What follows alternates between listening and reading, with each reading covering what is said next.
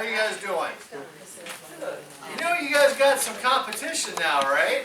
As far as Yes, we do. Oh, a little bit, yeah. We heard. You heard. Is that good or bad? Bad. Bad. That's bad. Why's that bad? Because we want to keep them all over here. Okay. because our patient satisfaction here runs around 98% and theirs runs around 40 to 50. Yay. Okay. And then now there's got to be a reason for that, right? Well, why is that? The staff. The staff? Okay. All right, won't get into that. We're all the same there, but that little competition is good. You guys are doing the radio seed localization, right? But what else are you also doing? This is a radiation safety lecture. We use annual. C-arm. The C-arm. Mini C's, Okay. Mini C's. dental x-rays, dental x-rays. Dental x-rays. Okay, yeah, we can talk about that. You also have a little Faxtron unit, Yeah. right? Okay. Anything else that you're doing?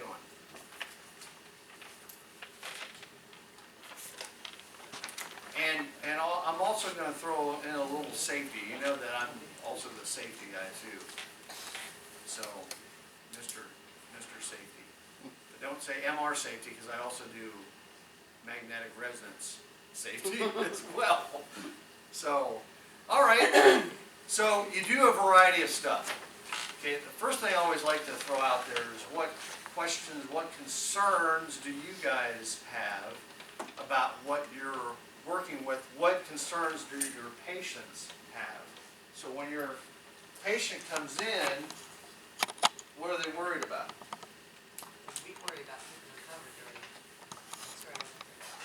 Okay, keep them covered. Like how? If they're young, or they happen to be pregnant, Okay, they cover, keeping a shield on.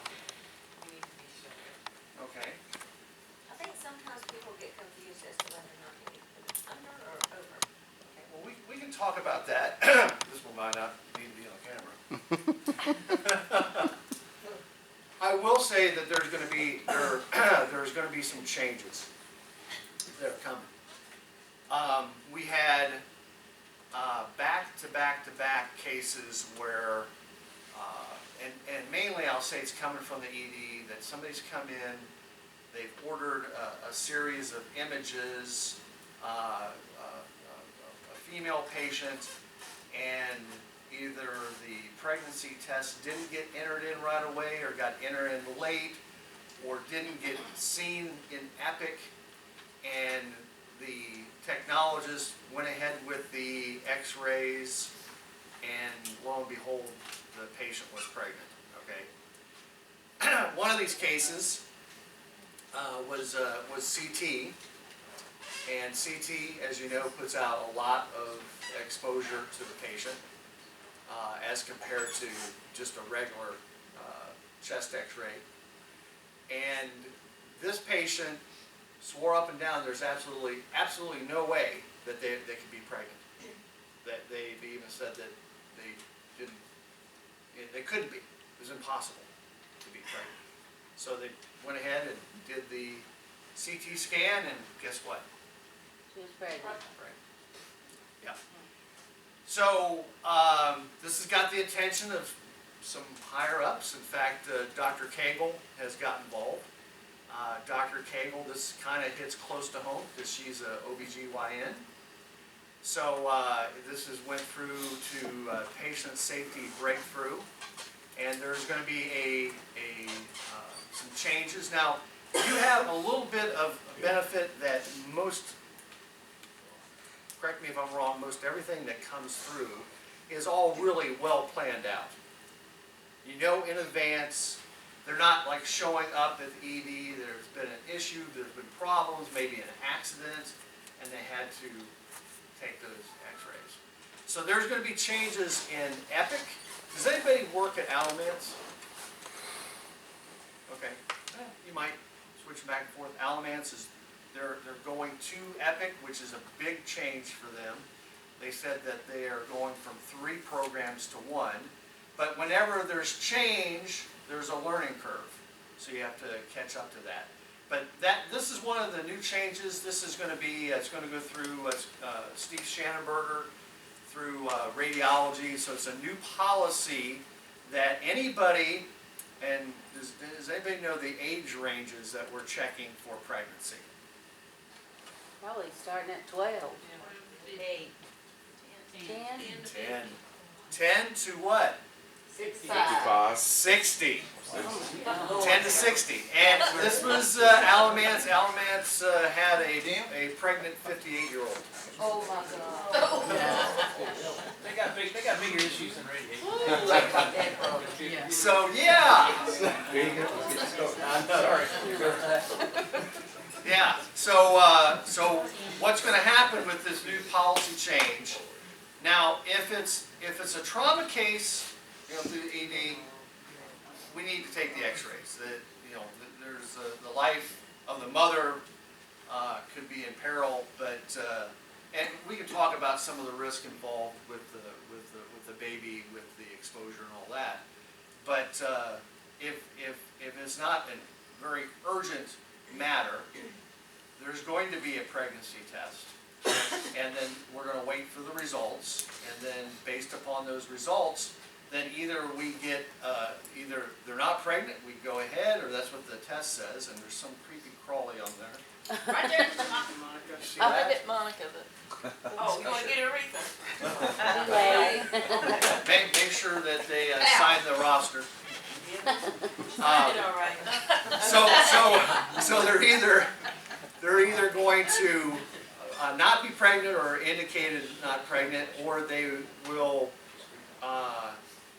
sign an informed consent, or if the patient has a right to refuse to have those images done. Can the parents refuse to have a 10-year-old pregnancy test? Can the parents refuse it? That's a good question. That might be a Wayne question. I don't know. Because my daughter is 10, she can't be pregnant. Yeah. And Well. they're looking at us like, what are you? Yeah. Then what are you trying to say? Well, I mean, if you're from Kentucky, I don't know what could happen. Well, most of the time when you draw blood, do they ask, what are you testing for? Or do you have to tell them? Don't you have to tell them that one? I mean, you don't normally say, we're gonna draw a CBC and a da-da-da-da-da. I mean, It's do just you draw guys get, blood. do you guys get 10-year-olds in here? Sure. I don't know, that's a touchy situation because you have a guardian. The guardian can make a decision for the minor. Someone's incapacitated, you know, I mean, now we get into some legal issues, but that might be one to look up. But I will tell you this, that I had, what's that? Testing them, is that mandatory? It's gonna be mandatory. Oh, it's gonna be, gonna but be it's not mandatory. right at the moment. Right now it's not. Right now we do not have a system-wide policy.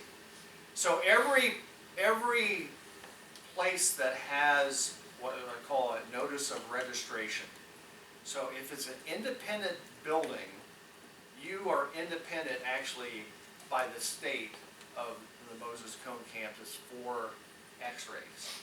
For radioactive material, it's a little bit different because we're all one campus.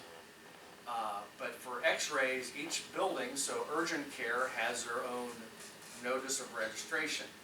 So all the equipment that's here, Wayne's got to have, I hope you've got all the documentation, for each and every machine.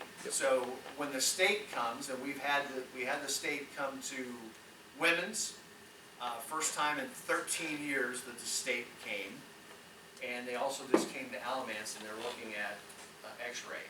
So the state could come over here just for the radioactive seed program. All right, so it's a different branch of the state. We also could have an FDA inspection, although that would be unlikely. We could have a DOT inspection. We could have an FAA and a whole bunch of other alphabet soups that could come in. So we got a number of things that we are looking at. Like I said, you have a little bit of an advantage here because it's usually planned. It's time, so you have time to consider a number of things. Whereas in an emergency department, maybe you don't have that luxury. But I've had personal or a real case where they've done the pregnancy test, and usually what they'll do is a urine test, gone ahead with the CT scan, and then 3 or 4 days later, they have a blood test that confirms that they're pregnant. So that's happened. The test, I will say, is not 100% reliable. You just can't catch all of it. Sometimes the blood test is not reliable. I mean, there's a number of conditions.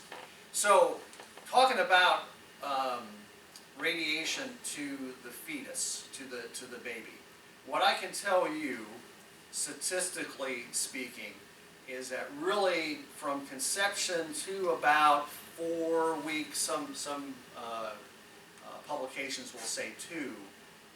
Basically, if there's exposure to the baby and the embryo, the fetus, and the X-ray affects them negatively, it will be a spontaneous abortion.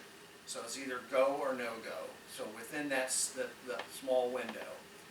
And then once you get past 4 weeks, now you start getting into development stage and specificity of organs. And at that point, the thyroid is not developed as a radiosensitive organ. So if there was radioactive material, we had somebody, again, another real case, they were coming in for an iodine ablation. They knew they were coming in for iodine ablation. On Friday, they had the uptake study. And then over the weekend, they got pregnant. And then on Monday, they came in for the full iodine ablation. So, but at that point, the thyroid had not been developed into the baby system, so there was no uptake to the child. So there's no malformation of the thyroid. So really the period that we're looking at is that very first trimester, usually after 4 weeks, that the embryo, the baby is the most radiosensitive. So once you get past that, once you get to the 12, 16-week period, it takes really a lot of radiation to affect the baby. So right now you guys are wearing your dosimetry, right? Yes. There you go. You guys are occupational workers. What are your legal limits by the state of North Carolina? Is it 30? There you go, interactive, coming at you in 3D. Is it 30? No? I'd say Okay. 2, but I don't know. It would be if you're DOE. DOE, it's 5 rem or 5,000 milligram. Okay, so that goes from January 1st to December 31st. As an occupational worker, you're trained, what we're doing now, and you also have dosimetry while you're working in there. Okay, so you're trained, right? You have a dosimeter, so you know what the risks are to your profession. So you are compensated for your work. So you get training and you get dosimetry to monitor. Hello, good morning.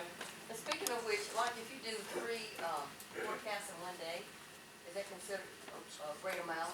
I'm sorry, If you do 3 forecasts in one day, is that considered a large amount? What are your exposures? Just circulating, I don't have any idea. Don't have any idea? Okay, we'll talk about that. We should have the exposure records here. They should be posted. I have yellow They are. boards. I don't They know are if you- posted on They're the, posted on the at communication dosimetry board. They're posted on a communication board, then they're put into the radiation safety book Okay. permanently. I would really, everybody, I really encourage you to look to see what you have. Okay, so you're working, you go out there and you see others who are doing the same task that you are doing. And you see that you are getting more exposure than your peers. What would that tell you? I've been in there too long. Yeah, and you're doing the most work. Well, but if your exposure is over the limit or becoming greater, does someone alert you? Yes, yes. So I actually review and I can't remember if you guys are monthly or quarterly, monthly, okay? I actually, every sheet that comes in, I'm reviewing them. And if you are over 125 whole body for that wear period, you're gonna get a letter or an email saying, hey, this is where you're at, okay, just as a reminder. And I can tell you, I don't remember anybody from here even coming close to that. I will see it more with, you know Nuke Med, right? We can't say Nuke Med anymore. They've changed the name, it's now molecular imaging. Because people are afraid of the word nuclear. Oh, gosh. Or nuclear, if you're George Bush. Nuclear. So we can't say, so it's molecular imaging, so that's the new catchphrase. It sounds kind of cool, right? But yeah, I review them, look at them, but please, you should look at what you're having, because what you have, because if others in your group, and you're high or you're real low, that's an indication. So I do look at those trends, but if you go over a certain amount, now if I see everybody M, and M on the report means minimal, means that we cannot distinguish from background. And I see somebody at 40 or 50 and, you know, and is an outlier, I might say something. What's going on? What are you doing? I've seen some really weird situations, but yeah, we'll look at that. So your limit as an occupational worker is 5 rem or 5,000, whole body again, is elbows in, knees up, including the head. Extremities, you can get 10 times as much. Organs, you can get 10 times as much, so you can get 50 rem or 50,000 millirem. Lens of the eye, radio sensitive. You guys got those new goggles, Nike, right? Got the good stuff. I hope they haven't walked, but you know, sometimes I'll see them, people walk around the mall with them on. They haven't walked, but they're not getting used like they should be. They're not. They're at the goggles. They're at the goggles. So if you're doing fluoro, you're doing a lot of fluoro, I'd recommend using them. Why not? Yeah, not lasers, that's separate. We can talk about that too. No, these are X-ray goggles. Where are they? Okay, They're for at 2 the years. goggles, where the eyewear is. We talked about them, y'all, when Yep. they first came in. That's why we're doing this. Had them for 2 years or more. Yeah. We talked. So the eye is radio sensitive to cataracts. So I've had a number of physicians come talk to me because they're young. I mean, they're late 40s, early 50s, and they're starting to get cataracts. I'm hearing these stories. They're doing a lot of fluoro. I mean, a lot of fluoro. So you know that when we have cancer patients, especially cancer, neck, throat, head cancers, a lot of times those patients will develop cataracts because of the radiation from their treatment. So we know that, and the cataracts form differently than like age-related cataracts. So a trained optometrist or ophthalmologist might recognize that, but they form from the back of the eye and move forward. So, but do wear them. You know, if you're doing fluoro, you're walking in there. You know, why not? It's all part of Allura. So what's Allura? Not one of my old girlfriend's names. What does the term Allura mean? As reasonable, something at, yeah. As As low as reasonably acceptable, or as low as Minimum. Reasonably achievable. achievable. Okay, as low as that's a biggie. Okay, so please know that low as reasonably achievable. So basically, what that means is that, okay, you have a mini C arm, right? Now, who's using the mini C? The orthopedic guys mostly. And I have a question about that for you. Yes. You know, that email you sent out where we had to put the signs on there, extremities only, some of the orthopods use that for clavicles. Oh, okay. I mean, but if that sign says... Are they wearing lead? Well, that's another thing. Might wanna Some of edit them that out. do, some of them do, but years ago, we were told, by the reps, I guess, y'all, It was. that we did not need to wear, that was like a microwave. Well, of course. Hey, I've got a used car out there. I saw you. It gets great mileage. Only one owner. Want to buy that? Come on. I know. And some people do and some people don't, and that's always been a source of contention. These Yes or reps- no? And I know, I told them that you said yes. These reps will sell you. They will. Well, I used to sell. I was a good seller. I used to do cartoon map advertisement. And when I would go out to sell, do you think I would tell them anything negative about my product? Not a word, because if you say anything negative about the product, people latch onto that, and that is they're out to not buy. But if I give you nothing but positive things, you've got nothing to come back. There's no reason for you not to buy that. There's no reason for you not to buy that mini C. It's a low exposure device. That's a lie. Flat out lie. So again, what are your legal limits for the year? 5 or Rims. 5,000. 5,000 millirem. The mini C's put out 4,000 to 6,000 in a minute. Yes. Okay, continuous exposure on. The one saving grace, and this is what we talked about extremities, is that where do you get the most exposure from? For when you're doing x-rays. If you're right there at it. Okay, but Hands. from what?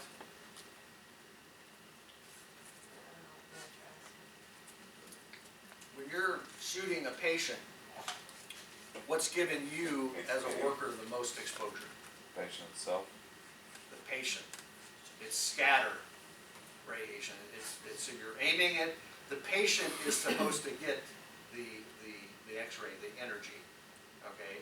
So it's that scatter coming back. So the saving grace when you're doing extremities, don't compare me to Donald Trump or anything, but you've got you got less scatter with extremities than if you would do your pelvis, your spine, your head. So that's the saving grace. But the other thing is that these tubes from the FDA, these tubes, leakage at a meter, it's acceptable at the tube to be at 100 millirem an hour. And where are these orthopedics sitting? Right next to it. Okay, where is the tube? Close to their head. Close to their head. Close to their heads. Sometimes they're sitting down, sometimes they're straddling it. Okay? That's a problem. So the other thing, kind of circle back on this, is that the physicians, now I've been cracking down. The physicians that order the x-rays, doing the x-ray, or in the rooms, they should have fluoro privileges. They have to have fluoro privileges. So that's something that we've been looking at, and believe me, I've found some very interesting things with the fluoro privileging program. The other thing, if they have fluoro privileges, they're supposed to have a dosimeter. And they're supposed to have our dosimetry, not bringing from the outside in. So that's the first thing. Okay, so the physicians, anybody that's in that room, other than the patient, should have a dosimeter on when you're doing fluoro. So you have that, and you're wearing this where? Outside the aprons. Outside the apron, okay? And everybody's wearing an apron, and everybody's wearing a thyroid shield, right? So those are the minimum requirements when you're doing fluoro. I don't care if it's, well, I'm only doing it for a minute, or maybe 30 seconds. But yeah, you're doing 6-7 cases a day, 4 or 5 days a week, over years of doing this stuff, it all adds up. It's all a cumulative dose, yes. How does the mini C exposure compare to the big C? Big C's about 12. Okay. Or more if it's on, high power, maybe cine mode. Yeah, the frames per second will also vary. the output of these machines. But yeah, they are not, they're not low exposure devices. They can put out quite a bit, but again, that exposure is supposed to be to the patient for that. So yeah, even when they operate it. So going back to the Allure principle, when they're using the mini C arm, isn't it prudent for them to wear an apron? Are they wearing aprons when they're doing it, or are they just doing, for, quick spot shot there? I think most are doing it. Most of them are doing it, okay, so that's good, the word's getting out with it. I hear other stories, but it's good. So it is Allure, it is reasonable for you to put on lead or PPE. I'm being honest with you, I'm trying to get away from the lead thing, all right, completely, and I'll tell you why. And maybe this should be edited too. We just had the Joint Commission come through, right? Yes. Were they over here? They came over here, so they visited you, and you gave them the dog and pony show, right? So just walk them around in circles. It's all right. Here's a building. Look, there's a sprinkler, whatever. The aprons. What do you see on those aprons that maybe you didn't see anymore or see Dates and before? dots. There's dots. No dates, just dots. Okay, and this coming up now, right now your dot might be pink. I don't know if Shane and Kevin have been over here. No, it's pink still. It's pink, okay. Well, we're changing this to a blue dot. So that's a blue dot, so I've been certified, checked myself. So part of the Joint Commission program is that these aprons, and they're lead aprons, they are hitting us. They are one of the citations, one of the corrective actions that we had to do, and you spent a lot of money. What'd you have to buy? The BAMS program, yeah. Babes, I got good news BAMS, for you on that. yeah. But what else?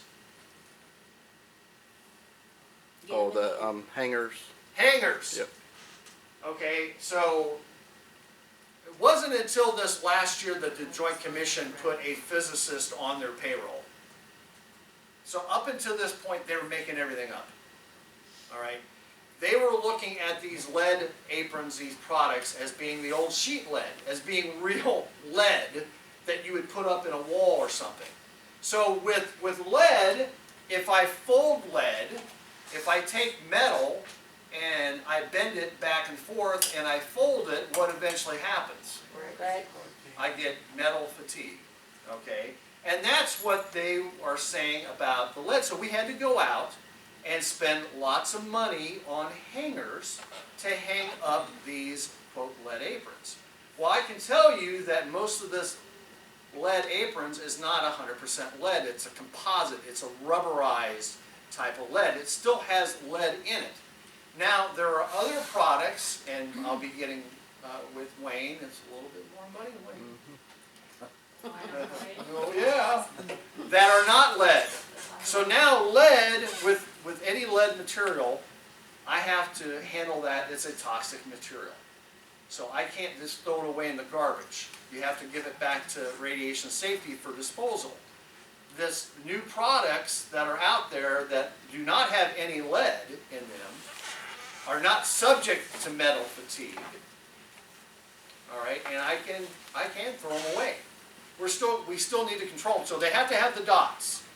So the physicians, the orthopedics that come in here, I assume some of them are bringing in their custom, Alabama crimson lead, or you don't let them do it, huh? Well, that's good.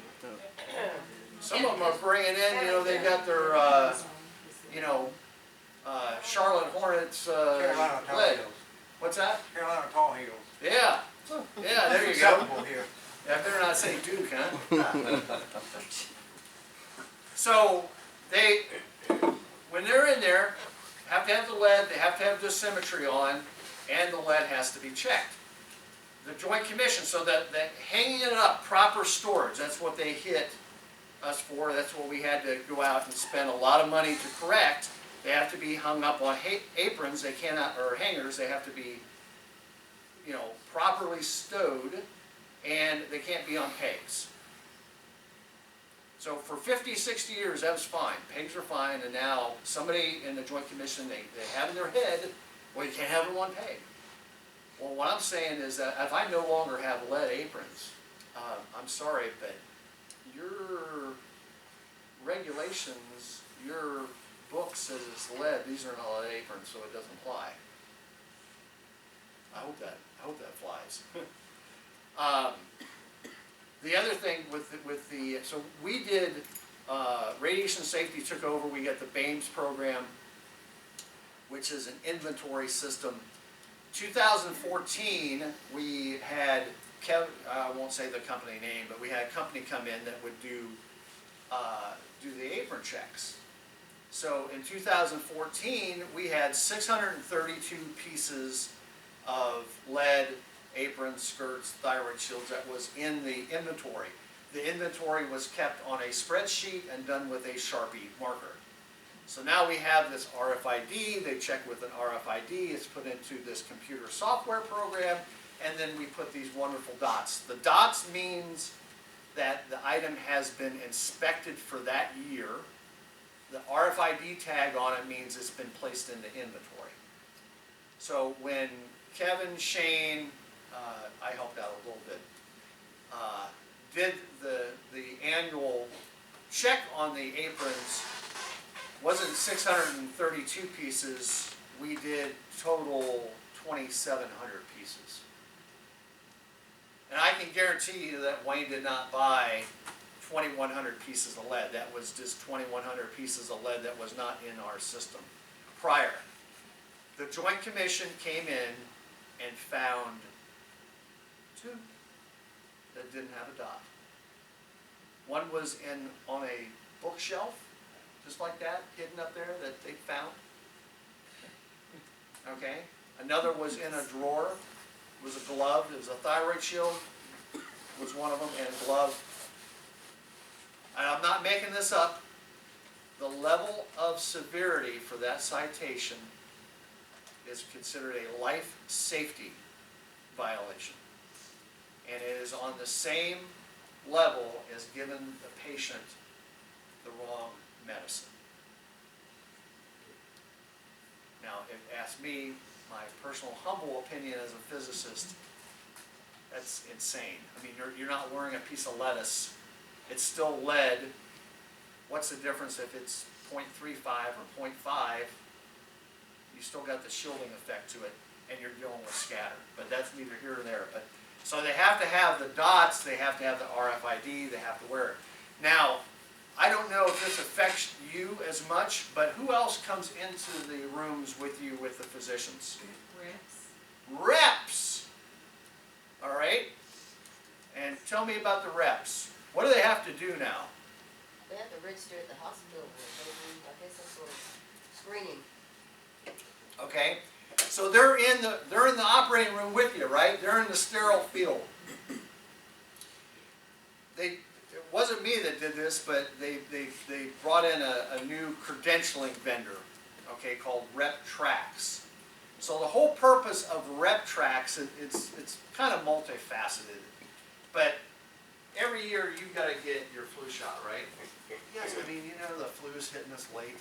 This year now it's starting to come back up, so just watch that. But the whole purpose of the credentialing is you got people coming into an OR environment, want to make sure they get their flu shots, want to make sure that they've been screened for TB, they're up to all their vaccines. So I've been asking them that, series of questions. If you're a Walking Dead fan, how many walkers have you killed? Anybody? Watch it, okay.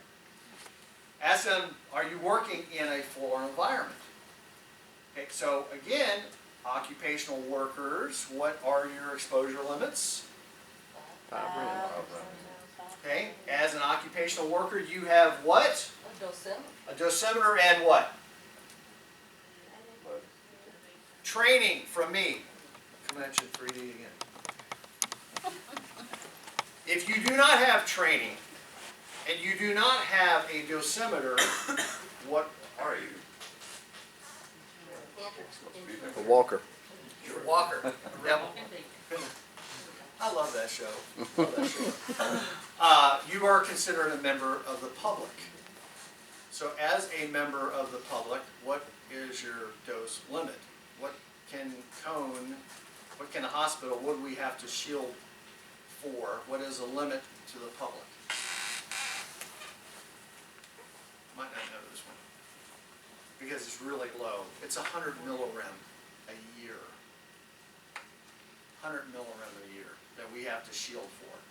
So the vendors coming in that do not have dosimetry and do not have training, and we found about 50 companies, 50 of them, that either did not provide dosimetry or did not give them training. I had reps telling me, oh, I got one of these thingamabobs and I don't even work. So when the reps come in there, they also have to have dosimetry. They also have to be registered. If they do not, and they're doing a floral procedure, they are more than welcome to stand outside the area or stand outside the door or look through the glass. Okay? You have my permission, they're out of there. I'm sorry, I don't care. We're cracking down on it. Because we are responsible for the exposure that we give to the member of the public. So we started tracking these vendors, and then lo and behold, I had one vendor in 2 months get 700 millirem. So they're there, they're up close, they're personal, they're usually working side by side with the physician, they're getting the exposure. Most of them have no idea what they're getting. Are we getting more gowns? Aprons? I mean, we don't have enough to go around and you've got.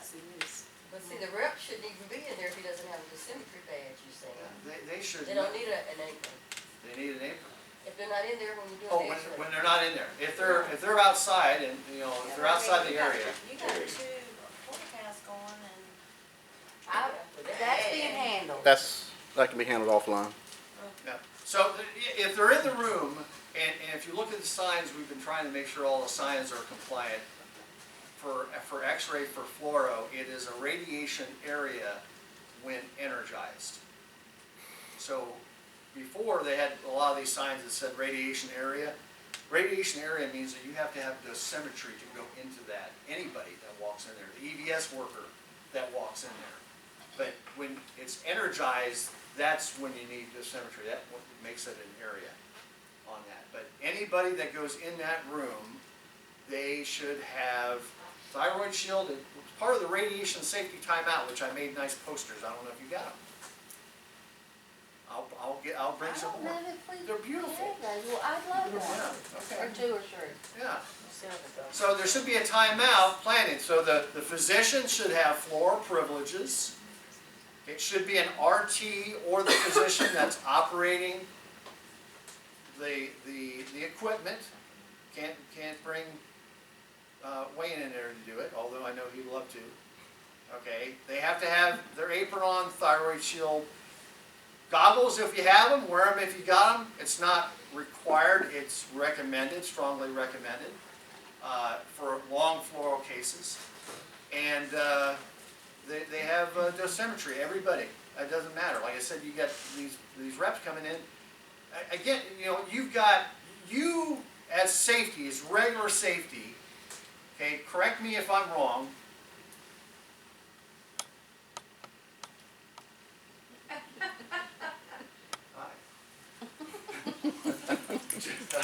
Pick on you a little bit.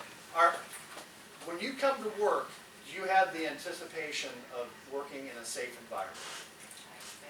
You expect to. Okay. You deserve to have a safe environment when you come into work. And that is with radiation, that's with chemical safety. Does everybody know about this wintergreen oil? Okay. And I understand why. Yeah. Really understand why. They had wintergreen oil, it's for bad smells. So what people were doing, nurses, they drop this on their mask. So you're smelling that. My sister was a nurse. They used to put Vicks on their mask, which I don't think is part of it.